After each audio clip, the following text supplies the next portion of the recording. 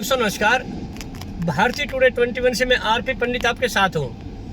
देखिए, अब जैसे धान का सीजन शुरू हो गया, किसानों के चेहरे पर मुस्कान है, क्योंकि पिछले दिनों जब बारिश ने पकी पकाई फसल को तोड़ना मरोड़ना शुरू कर दिया था, उस समय किसानों के चेहरे पर आओ भाव हवाइयाँ उड़ गई थी। लेकिन जैसे ही 2-3 दिन के बाद कुल मिलाकर बरसात का मौसम जैसे पूरे देश में जगह जगह तबाही मचाता दिखा, इस बार मानसून करनाल पर बहुत ही मेहरबान रहा, क्योंकि ना तो यहाँ पर बहुत मूसलाधार बारिश हुई और ना ही किसी खेत में इस तरह का सोका आया कि उसे पानी की जरूरत है और वो तरस गया।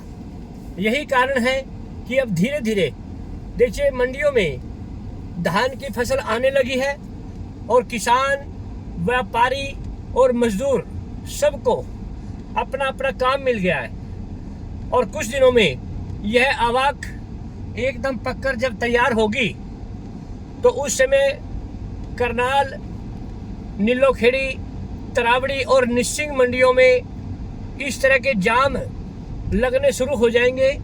लेकिन एक दूसरी बात यह भी है कि जिस तरह से गेहूं के सीजन में मंडियों के अंदर एक जाम की स्थिति बन जाती है, कई बार उठान नहीं हो पाते समय पर, तो इस तरह से धान में कम से कम नहीं होता।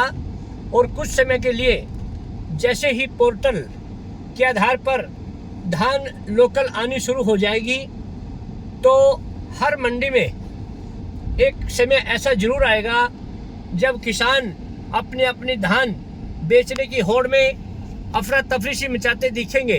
लेकिन मुझे लगता है कि अफरा तफरी मचाने की कोई ज़रूरत नहीं। धान का एक एक दाना बहुत ही अच्छे रेट पर बिकेगा।